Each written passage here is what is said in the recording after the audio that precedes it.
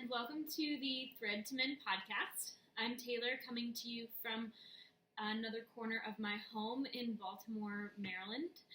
You can find me on Instagram and Ravelry as Taylor E. Owen. And this podcast is about knitting and spinning and sometimes natural dyeing.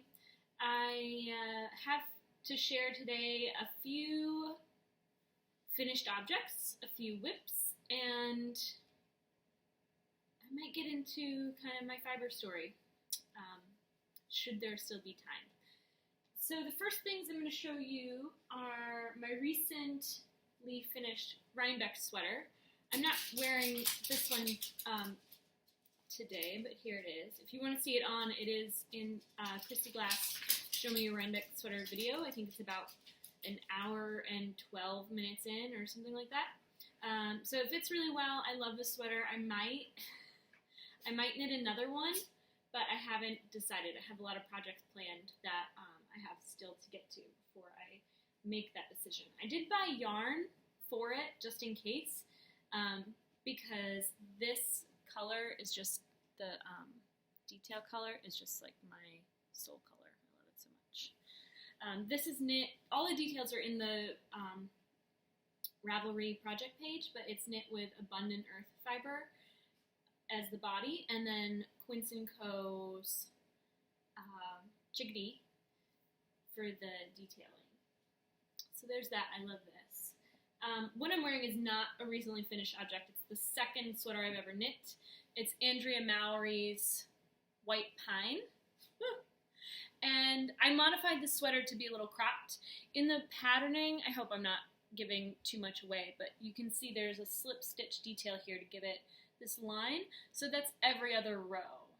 And then when you get to the body, it's like there's like 3 alternating rows. So like 1, 2, 3, 1, 2, 3 to do this like broken stuck in it. And the first time I knit the sweater, it was with a woolen spun long wool, and I had never knit a sweater before, and it's this set-in sleeve design, which is kind of fitted and sort of feminine, and a long wool worsted spun, worsted weight yarn was not the right yarn for me to knit that design. So that ended up going to the Goodwill. I think actually my mother-in-law has it in a closet somewhere. She might not have dropped it off. But when I reknit the sweater, I got to this part, and I was just like, you know what, I don't mind that it's cropped, so I'm going to see how it turns out if I just do a simple garter stitch instead of broken garter stitch. So it is a very fitted sweater. I knit it with, I think shepherd's wool, lamb's pride, I don't remember. The details are in the project page. But I probably won't knit another sweater with this yarn. It's super affordable, but it pills a lot, and I just don't know that I have the patience to manage that upkeep. I kind of just like do this constantly. This, again, it's the second time I knit a sweater, second sweater I knit, and you can see that when I pick up stitches for the neckline, there's like a little bit of inconsistency depending on, you know, what kind of stitch I'm picking up from, whether it's like straight up from the front or the areas where there are short rows. And if anyone out there has a remedy for making that look really consistent, please let me know, because it's kind of bothersome to me as like a perfectionist. You can see, even at a distance, there's a difference there. Underneath I have on like a knit bra. It's like my favorite thing to wear. The details are on the project page. It's a free pattern too if you want to knit your own bra. I've made 3 and I'm knitting my 4th, and I hope to have like at least 6. One of them I've thrown away because it's super wash wool, but I've like washed it in the washing machine and accidentally dried it. And if you do that so many times, it just kind of like doesn't work. Also, I did modify this pattern, and I don't know if I added that to the project page, but I'll be sure to in the future. Instead of doing a 6-stitch I-cord, I did a 3-stitch I-cord, and that I just like a lot more. It's closer to like a spaghetti strap. It doesn't feel like too bulky underneath anything. So this was last year's Rhinebeck sweater. I wear it underneath my flannels, kind of like a single like bottom layer, and I just pulled it out of the basement from summer storage. Okay, so the most recent finished object, I planned to wear these to Rhinebeck, but it was a little too warm, are my underwing mitts. And these are knit with Jamieson and Smith in the black. I'm not sure what the name of the black is, but it's kind of a black Shetland. And then the green is my hand spun. And I got that Shetland fiber from Port Fiber in Maine, and it's the lichen colorway. So there's those. I made them, I mean, they're not like tight, like too tight, but they're a little short for the only pair of mitts that I own. So I'm probably going to knit a pair of gloves, or mittens rather, or maybe knit another pair of fingerless mitts that kind of go up a little higher. I know that that's intentional because on the designer's Instagram, she has a picture of like a bunch of mitts she designed laid together, and you can tell that these are meant to be a cropped version. And I like it because it shows off my wedding ring, which I still, you know, am. Okay, so, yeah, also, I don't know if anyone's done this already, but when I knit my second pair of gloves, I'm thinking of like doing the full glove and then doing like a peekaboo hole just for my index finger so that I can kind of like scrunch up and pull my finger out to use my iPhone. If you've done that, let me know how it went because I'm going to try to figure that out if it works. Okay, so this is I've been meaning to record and show this a bunch, and I've worn them a ton, and they're actually dirty. But these are the first pair of socks that I've finished in a fingering weight. I've made a couple other pairs, at least 3 other pairs of socks in like a worsted, heavier weight yarn. They're kind of more like slippers. But these are my first fingering weight socks. They're just a basic vanilla sock pattern, 2x2 ribbing at the top. I knit these on a 2.5, a size US 2.5. I think that's 2.75 millimeters. And this yarn is a little thicker than a lot of other sock yarns that I've purchased since these. And I like it a lot more. It feels a little sturdier, a little less summer sockish. I'm very hard wearing on my socks. So although I've loved wearing these, I don't know that they're going to survive the winter. They're already, I mean, I've probably worn them at least a dozen times, and my clogs kind of stain the foot. The heels are a little worse for wear, and it's only been maybe a couple months that I've been wearing these socks, and obviously, like, they've been worn. So I'm super proud of these. They're dyed by On the Round. I bought them I bought the yarn rather at the Wool Workshop in Roanoke, Virginia. It's my second favorite yarn store in the Maryland, Virginia area. Number 1 is the Knot House in Frederick. It's a great yarn store. If you haven't been there, you should go there. If you go to Maryland Sheep and Wool, it's definitely worth going out of your way to check out. Also, there's the Frederick Sheep and Wool Festival now, which I think has been going on for a couple years, and that's the best because it's a little bit more low-key than Maryland. It's not underwhelming in the least, but it's less overwhelming, and you can totally go to the Rhinebeck if you're not planning to like bring your wheel and sit and spin or knit with people in the community. It's definitely a great festival to check out, and then head over to Frederick for lunch and check out the Knot House.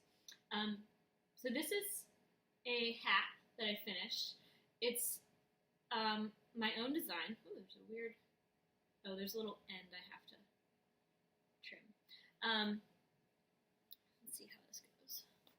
So I don't know yet how I'm going to wear it, but I made it slouchy. And I was thinking of knitting a hat that said, like, fuck Trump or something, you know, that I would be embarrassed to walk into work in. And there's a couple ends I need to just trim. And, you know, if you're a believer in the energetic body, throwing a curse on your crown, you know, that space where you connect to the divine in all things, it just didn't sit well. And so, you know, I wanted to find a colorwork message that would kind of bring me into my highest self. And so I chose bless because I feel like it's such a cute, like, I don't know, it's just fun to say, like, to people. And I chose not to make it an adjective, like blessed, because I don't want to sound braggy. Like, I just want to, like, bless up. So that's that. I'm thinking of, because I have the chart completed in Excel, and it's a very simple hat pattern, I'm thinking of publishing the pattern on Ravelry. I just haven't gotten around to that. I don't know if anyone else would be interested in wearing this kind of hat. So if you are, let me know. I will go through the trouble of doing that for you. So those are my finished objects. I have a bunch of whips, and those are in my basket. Oh, Rakia. All right, so current work in progress sock is, I'm calling these my rainbow birch socks. I bought the yarn on Etsy. I can't remember the dyer. And the way I like to knit socks is on my 9-inch circulars. I am a picker, I guess. I don't know if I'm a picker or a flicker, but I kind of like whip the yarn over the needle with my index and thumb. So I knit them on 9-inch circs from top down, and then as soon as I get to the toe, I switch them both onto magic loop, and then I'll knit the toes 2 at a time. That's how I like to do it. That way I don't get second sock syndrome so much, because the first one's not finished. I don't get that, like, instant gratification there. And I've only knit so many socks. It's not, like, super ingrained in my memory how to do it. So I'm always kind of like, all right, Taylor, where do you decrease? Where do you increase? Like, all the time. So I can kind of, like, tackle the toes all at once. The contrast yarn is Barrett Wool Company in the Field colorway. It's the same as the Quince & Company. It's literally the same color as Quince & Company's Honey. That was the contrast to my sweater in that chickadee yarn. So there's my socks. I hope I showed you those well enough. Here is a top-down raglan cardigan I'm knitting in my hand spun. This is the first hand spun that is, like, mildly sweater worthy. It's from the first, well, technically the second fleece. I was gifted a long wool, a lesser long wool fleece for Christmas, and I learned on that. I still have some left. And then I continued to learn how to prep, like, a medium fine wool on the Cordell fleece I bought in 2016 at Maryland Sheep and Wool. And this is the last of that fleece. So I spun through, like, more than half of it, and then towards the end it was kind of consistent enough to think about knitting a sweater. So I didn't know, so okay. I naturally dyed the top. It looks kind of like a bluish silver. It's a little more silvery in real life. Actually, you know, it's a little blown out, but it's pretty true to color. I hope that this kind of course, when I block this, it'll be less lumpy. So I tried to do an avocado dye batch on the stove, and I must have overboiled them or something, because the pits just disintegrated into mush, and I was like, ugh, what do? I just threw the yarn in anyway, which was kind of a mistake. And it didn't really take, because it was mostly mush. It was like really diluted mashed potatoes. and I used iron oxide to alter the color, and I'm pretty sure what just came out was like the iron oxide coloring. Anyway, although the yarn is a little dusty when I once it was dry and I was kind of taking it off my Swift onto my ball winder, it was like clouds of dust. I think it washed out well enough that no one's going to know except you all. The bottom, so I didn't know if I would have enough to knit. I'm trying to knit like a women's medium for my mother-in-law. I didn't know that I would have enough of just that single color alone, so I'm using the same Wool's Handspun with yarn I dyed with onion skins, yellow onion skins, and I'm doing this like simple fade where I did one row of the contrast color, I want to say 8 rows of the main color, 1, 2, 3, 4, 5, no, not even. Okay, yeah, so I didn't want to end up in the middle of this transition with an area at the middle where it looked like consistently sized stripes, like 4 main color, 4 contrast color, 5 main color, 5 contrast color, 6 main color. I think it just would have looked too like stripes. And I didn't want this to be, I wanted it to fade sort of into the other. So when I got to 4 of the contrast, I skipped 5 and I went straight to 6. And then after I knit 6, I started to go from 4 to 3 to 2, and then there'll be one more stripe with the gray, and then I'll continue the bottom with the onion skin. And then I'm going to repeat this in the sleeves so that it's the same. So that's almost done. I mean, this is a really quick work in progress. I think that like in one weekend day, I sat down with this and knit from that progress keeper down. So I might be able to finish this in a week or 2 if I really focus on this alone. Typically, I focus on one project at a time, but I wasn't, because I knew this wasn't for me, and I didn't know exactly what I was going to do and when, and it's not a great, for me right now, it's not a great like travel project. It's been on the back burner off and on since I started, and like I was about to say, because it wasn't for me, I wasn't like thrilled to get it done and like wear it. That's sort of what stands in the way of me being a more gifty knitter. I love to like wear the projects I make. I'm usually making them to sort of fulfill a hole in my wardrobe. Okay, that is the second of 3 projects. The last work in progress I have to show you is, shucks, I don't know the name of this pattern. It's on the Ravelry project details. This is the only brioche pattern that like haunted my brain, and I was like, if I start to knit brioche, I gotta knit this pattern. It does not look simple, but I'll figure it out. I wish I knew off the top of my head the designer and the name, but if you go on Ravelry and you find me, you're gonna figure that out.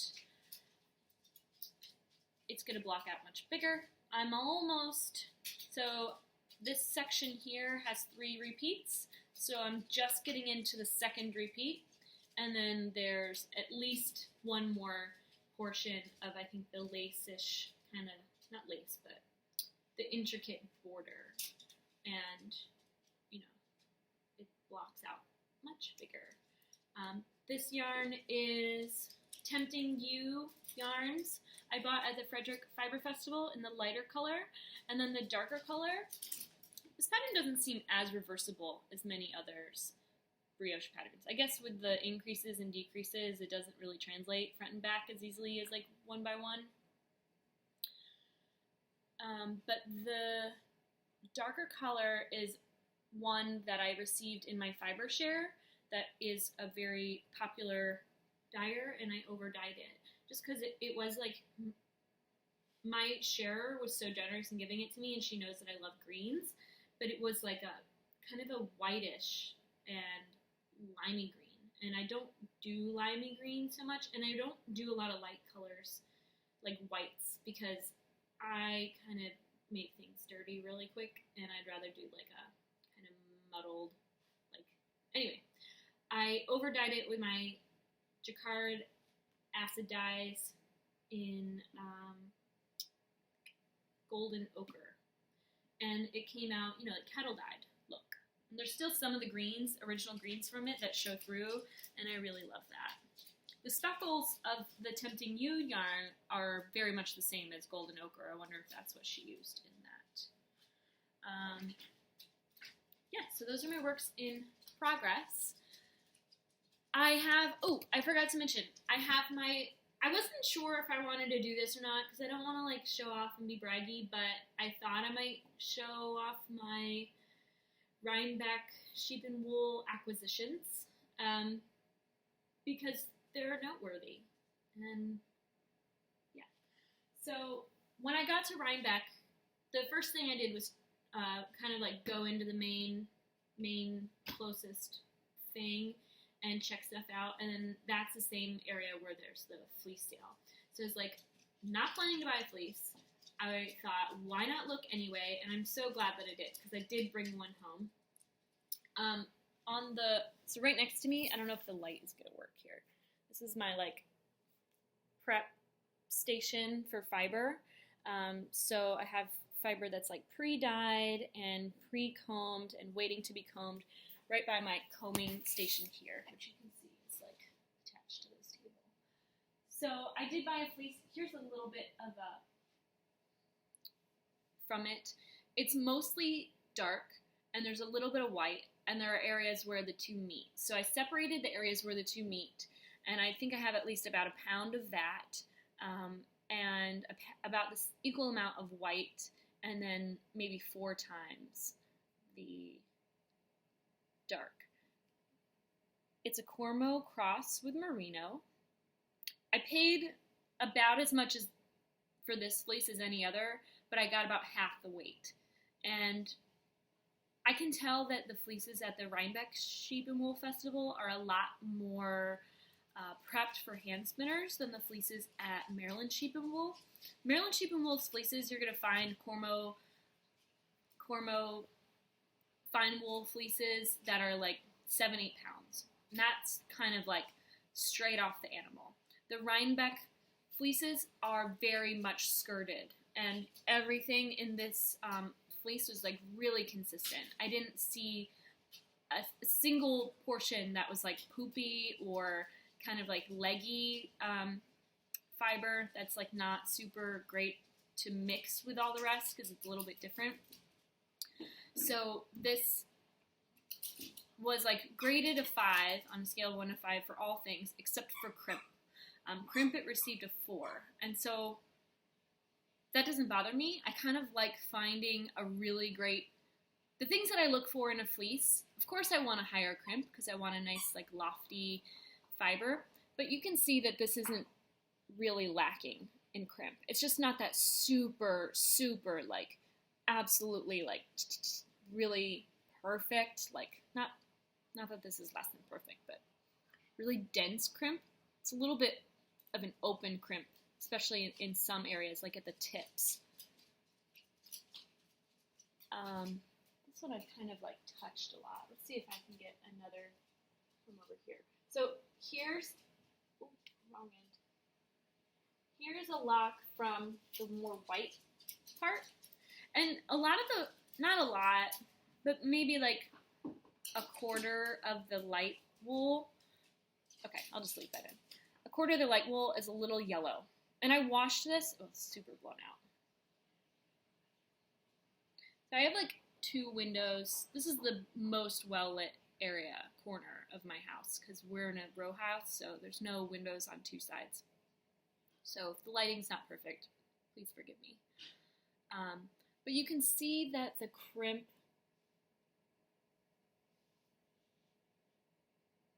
is not really dense.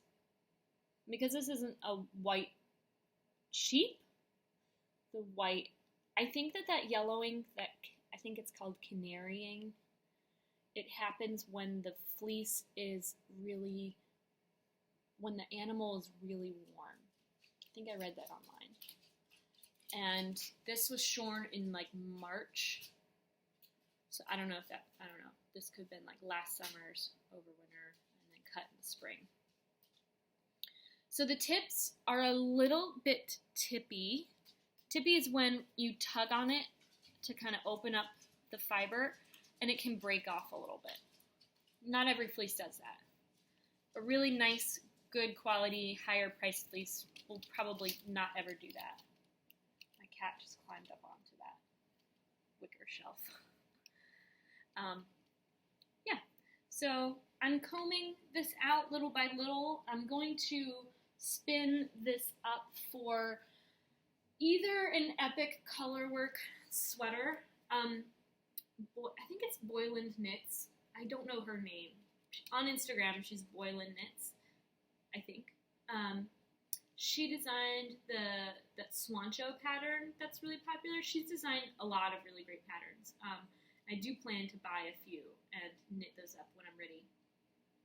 I'm going to knit at least one colorwork project of hers, the Swancho. But if before I get to that, she releases the pattern she's working on right now, I might knit that instead with my hand-spun colorwork. I've been spinning, here's my spinning projects that I've completed. This is the Cormo fiber I bought at Maryland Sheep and Wool this past May, 2017. I bought two fleeces. I bought a natural gray and a natural white. And the white was a little, do I have any out?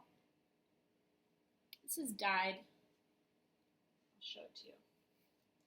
This is a good example of a tippy fleece. So you see that end? It's kind of, the ends are a little split. So when I washed it out, the lanolin kind of stuck to those ends and they're really hard. So you can see that when I opened up that fiber, those tips just broke off like mad. Right? So this is not like a deal breaker, but it will bring down the value of the fleece, which makes it more affordable. And that's really why I bought it, because it had a good staple length otherwise, probably still even longer than the one I recently bought. But it does take a lot more time to prepare. So if you're not super invested in the time it's going to take you to prepare it, I would avoid a tippy fleece if you're willing to pay for the higher quality. My other fleece I bought at Maryland, I have a little lock here. Now this is probably one of the shorter staples of the fleece. It's pretty consistent, but there are areas where the staple might be half an inch, maybe an inch longer. This one is a lot more dense. And it's because it's so dense, it was a little harder for me to get the lanolin out everywhere. This is one batch that I over dyed with pokeberry, so the ends, you can see that the ends are a little sun bleached and they're a little pinkish because this I over dyed it. So these ends are not at all tippy. But some of this fiber that I've washed and prepared is even harder to prep than this, just because I didn't get all the lanolin out.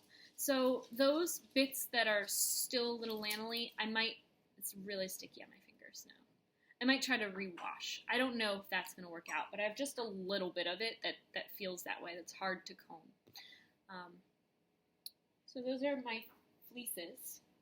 So when I finished spinning, I dyed these with mulberries that we gathered from the ground on a hike, actually on a bike ride in Herring Run Park. And then this is birch bark with, I think they're both with an iron oxide to help mordant the fiber.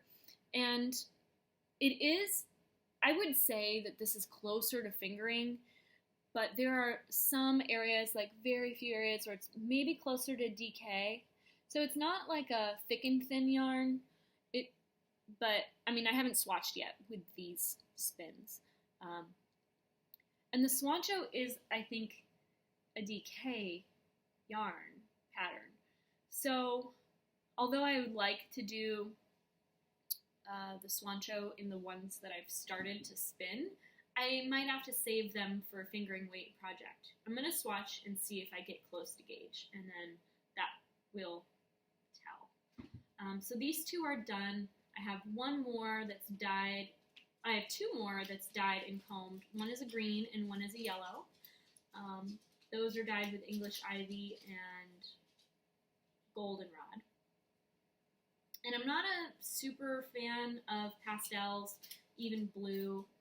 I mean, my dining room's kind of blue, but when we bought our house, it was painted that color, and I like it enough to leave it. But I think because I put so much work into dyeing and prepping and spinning this fiber, it doesn't even matter like what color comes out, because it's just so fun to make it from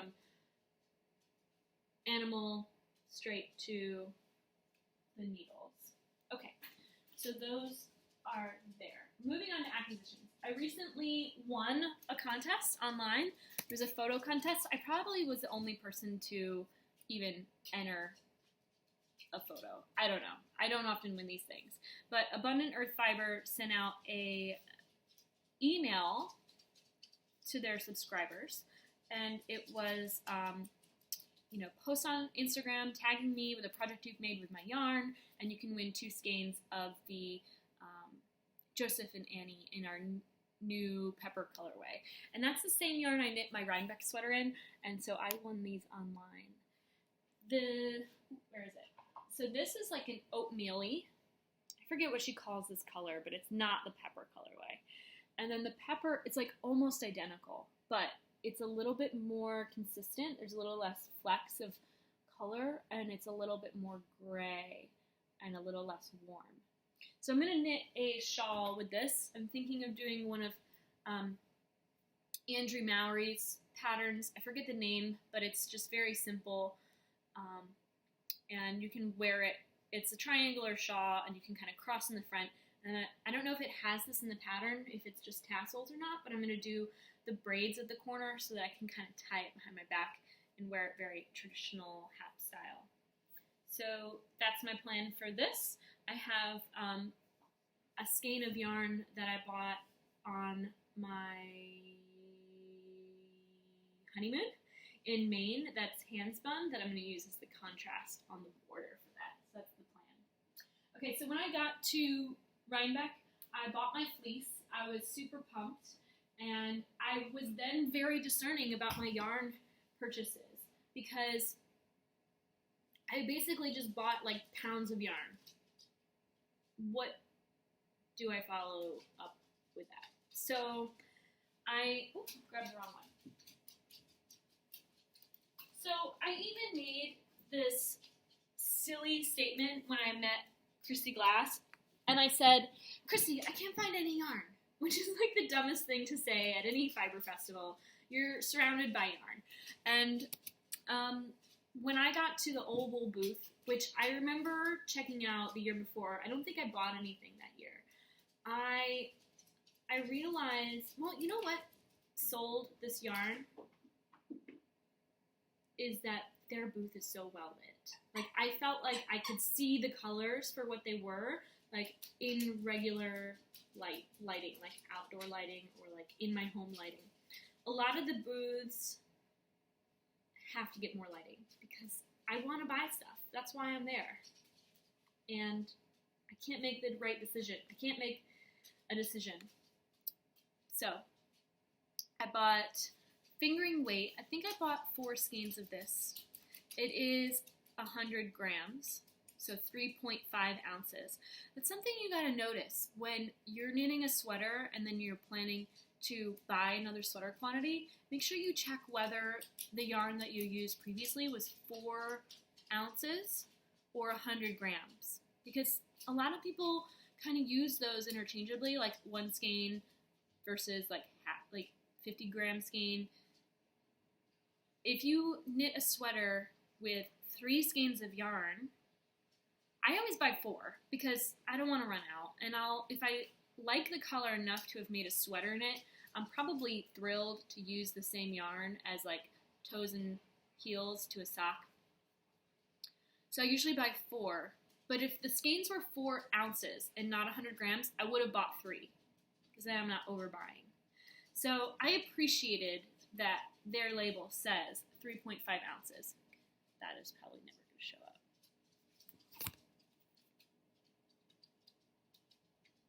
Is it reversed? I don't know. Because there's a difference, right? So I bought mustard seed,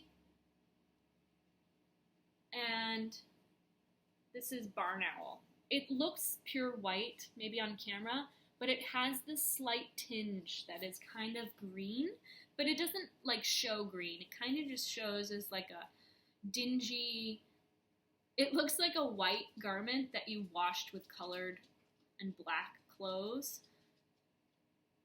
which I like because it's not pure white. It's not gonna, I don't know. So I bought these 2, they're fingering weight. I bought these 4 of these, 1 of these, so I have more than enough yarn to do whatever I want.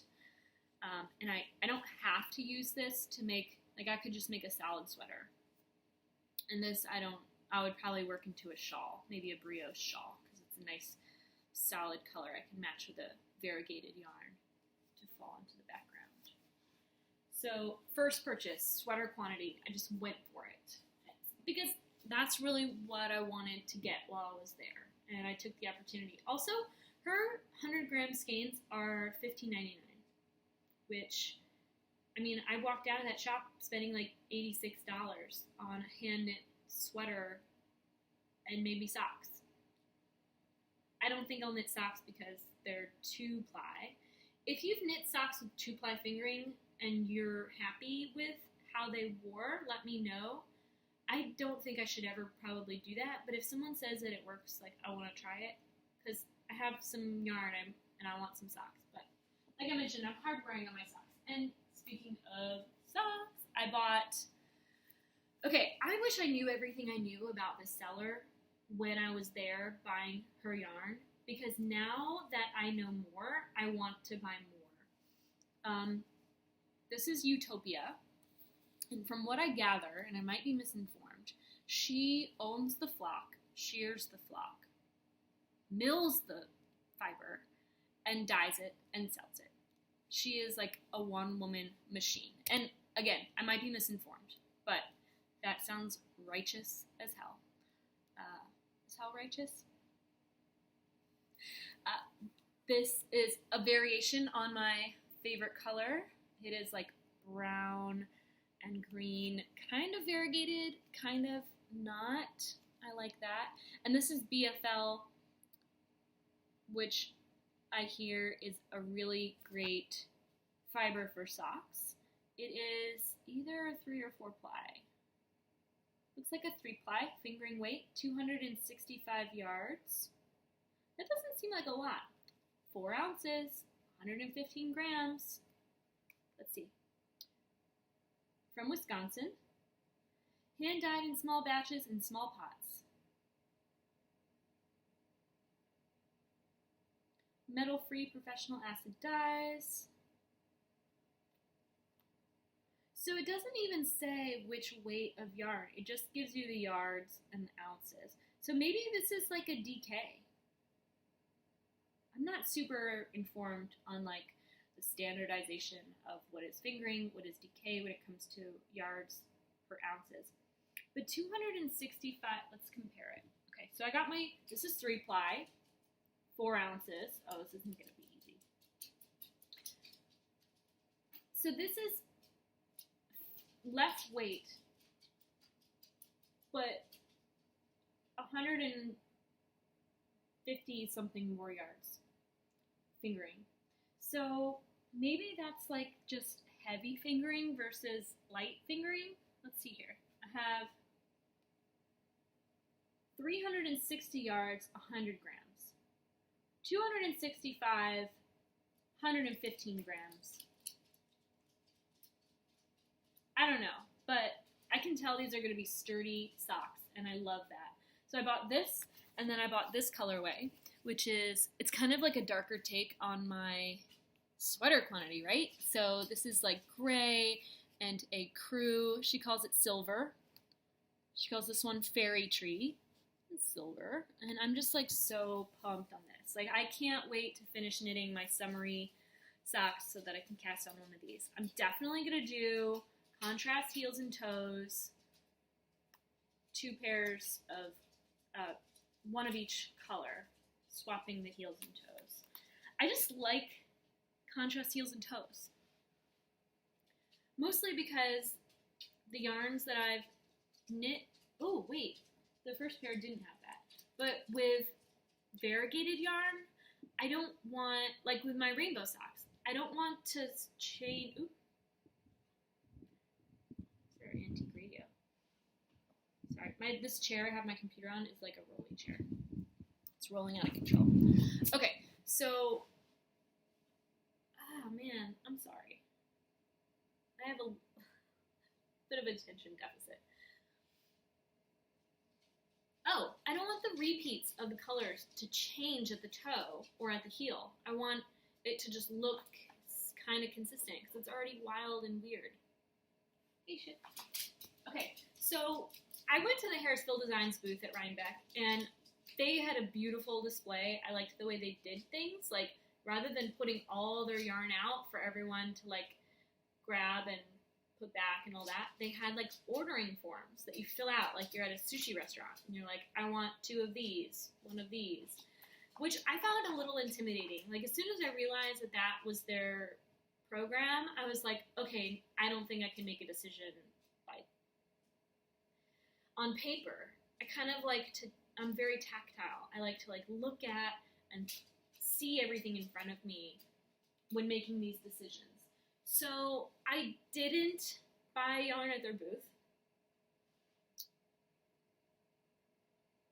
And I live in Baltimore. Rhinebeck's like 2 hours north of Manhattan. We pretty much had to drive through or around New York to get home.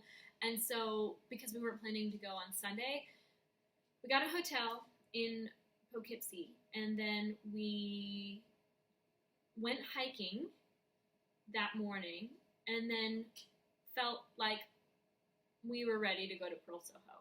Because I knew that they had Brooklyn tweed, and I wanted to buy Brooklyn tweed, but I didn't see one of the colors that I really wanted to see in person at the festival, and that's kind of what made me decide not to buy anything, because I didn't see the one color I've been like wanting to touch and feel and see in real life. And so I just thought, if I can't see them all, I'll just wait and check out Pearl Soho again. So I went, and they had it. I'm pretty sure that they are phasing out this color, which is like, I get, you gotta do that every once in a while, but it just happens to be my favorite. So, and I'm making that assumption because these don't have the newer packaging, right? You can see that this packaging is different. So this is the Fauna colorway. It's like an olivey, it's like a yellowish olivey green, and it has flecks of like a true green and red. It's a woolen spun yarn, and this is the Sap colorway. It's a lot more bright. It's more chartreuse, but it has the same kind of flecks of green and red. So these pair really well together. And I've been wanting to buy a skein. I bought 2 skeins of all 3 of these, so I have 6 skeins total, 2 of each. This is not showing up true. It looks a little more yellow than it is. This is a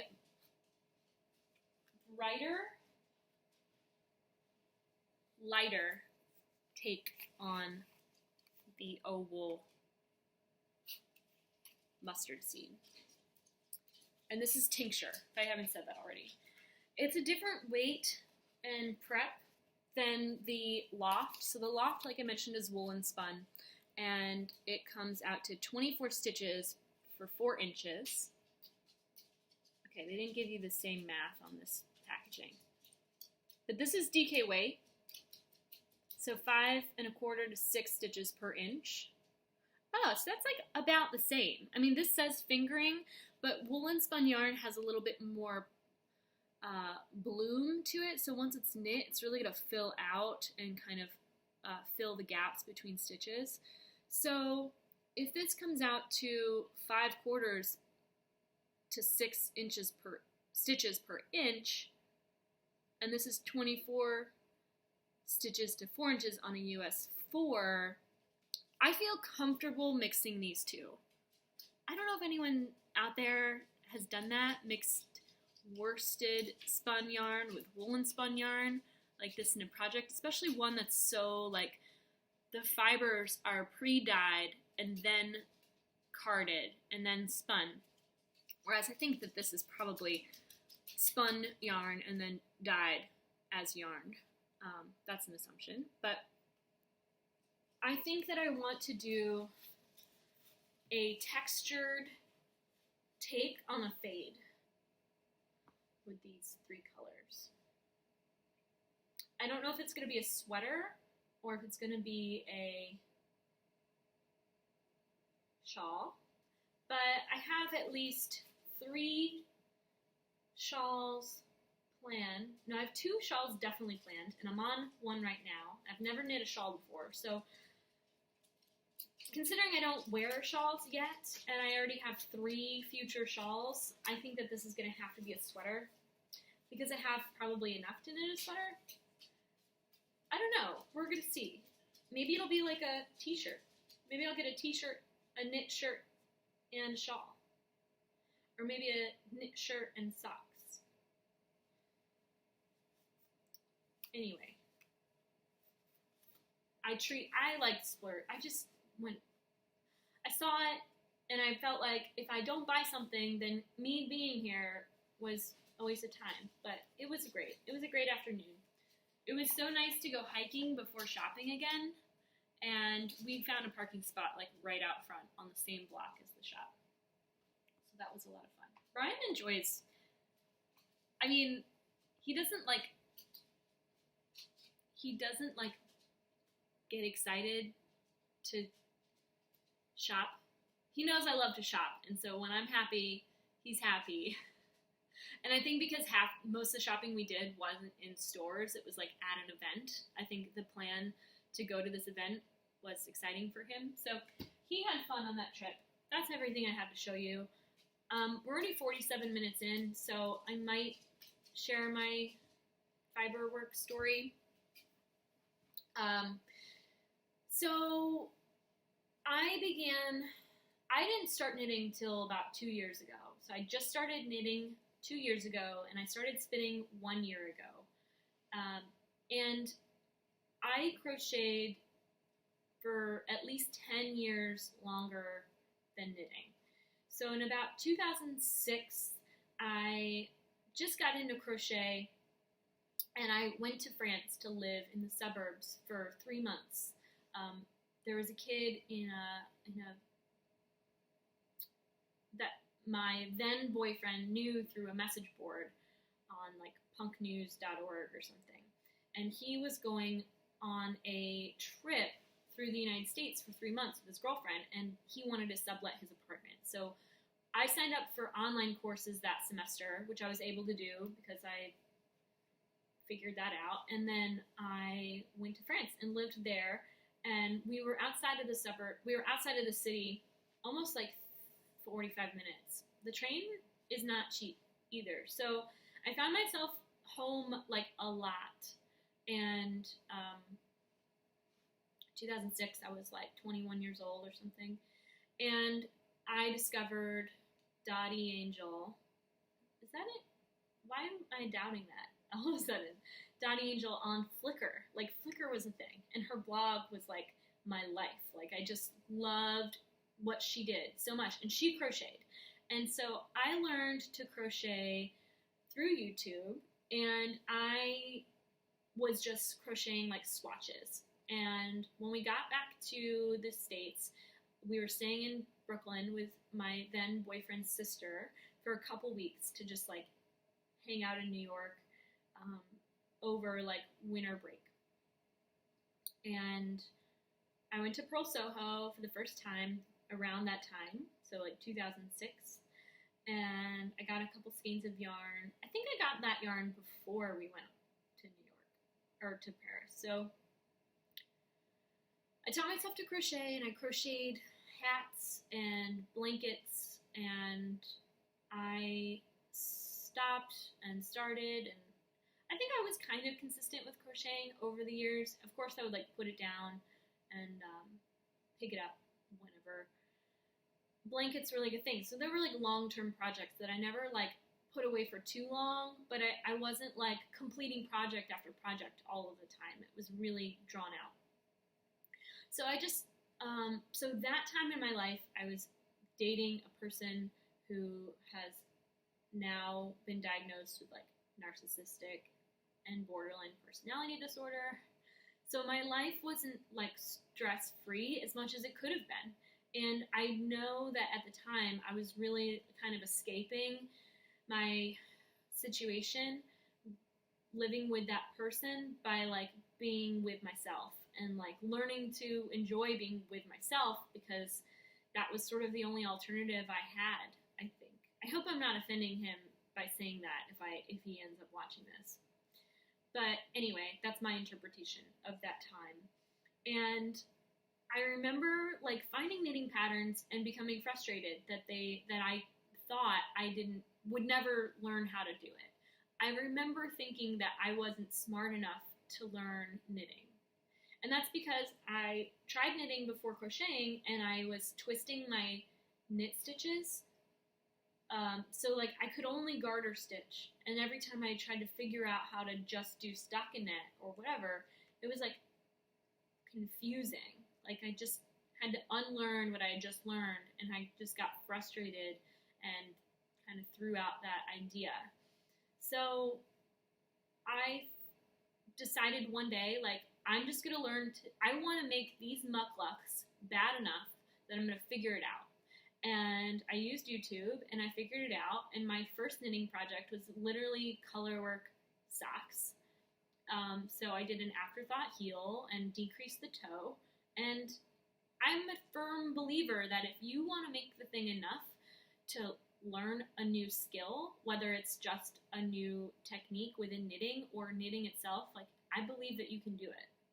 It takes a certain amount of dedication and practice and determination. Of course, I wasn't learning to hold needles for the first time. So I had that advantage. It's like riding a bike. You pick it up and you know exactly kind of how to hold it. But then knowing where to manipulate the yarn and how, like, that's a little bit more mental. It's a little less, like, physical. So I picked it up quickly, and I haven't stopped since then. And I feel like knitting and crochet also, and now spinning, really helped me create self-esteem. Or there was a point in my life I just didn't have enough to like be my own person. I found myself attached to, when you're in a relationship with a narcissistic person, codependency is like a real thing, and boundaries are not even there.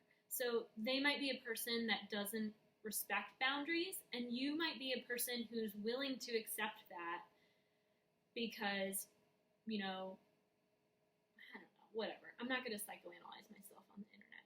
But I feel like I did not know who I was at that point in my life. I started crocheting, and I was like passionate about something and completing work, and it made me feel good about myself enough that I could realize, oh my God, I'm a different person than this other person. Like, I can have interests that are different than this other person's. I can explore and do things that are different than this other person's interests.